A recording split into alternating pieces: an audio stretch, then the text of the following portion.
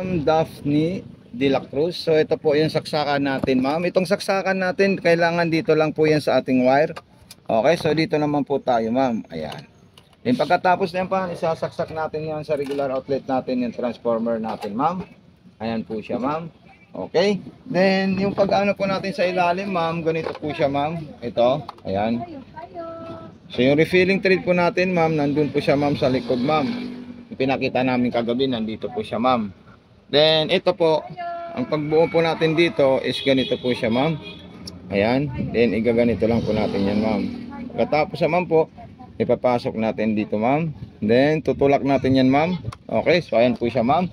Then maglalagay po tayo ng sinulid. Dito po tayo, ma'am, maglalagay ng sinulid natin, ma'am. So ayan po siya, ma'am. Okay, so idadaan po natin dito. Ayan po sa gilid, oh. Pinakadulo, ayan po siya, ma'am. Ayan. Okay. So huwag nyo po ipatong dito, ma'am. Dapat dito lang po siya, ma'am. Then dito naman po, ma'am. Ayan.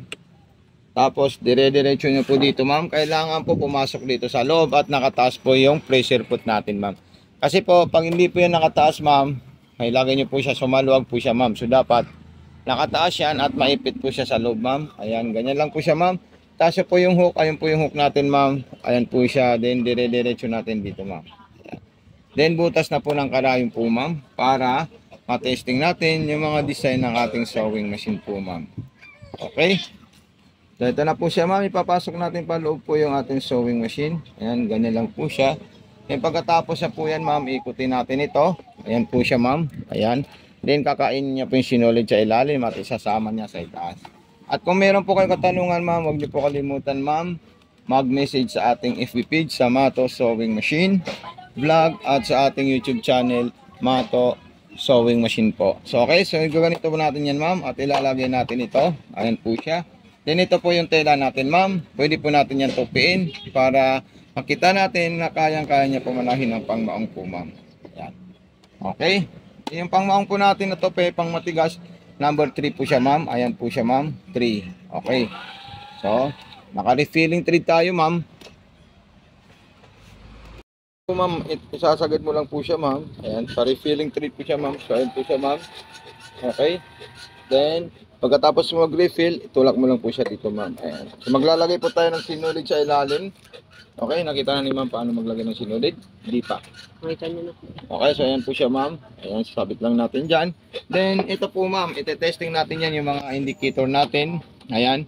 Letter A, yung ABCD po, ma'am. Kung gusto niya po siya gamitin. Okay. So, ayan po siya. Nakita ni ma'am paglalagay dito ng sinulid. Ayan. Then, maglalak muna tayo ng letter B, ma'am. Then, A, para makita niyo po.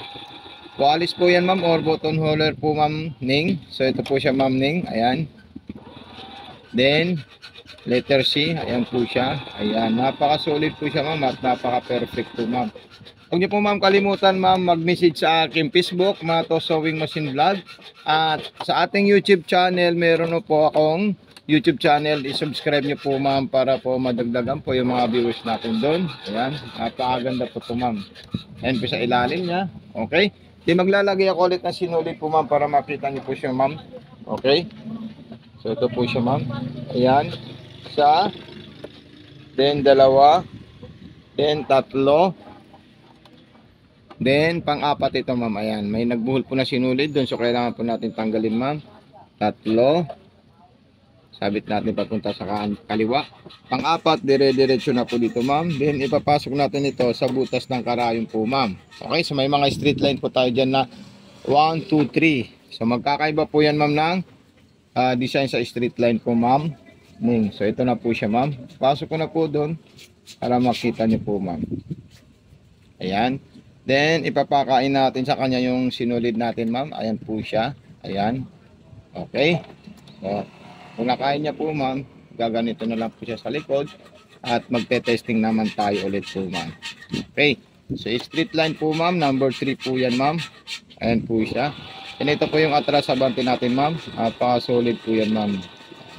So, okay, ma'am. Kung kayo po ay may katanungan po, ma'am, huwag po kayo mahihiya kasi meron po tayo pa-previous na bobbing, sticker, at saka needle, tsaka yung transformer po, ma'am. Huwag niyo po kalimutan isaksak dito. Bawal po i-direct ka. Kailangan dadaan po dito, ma'am, sa ating transformer po, ma'am.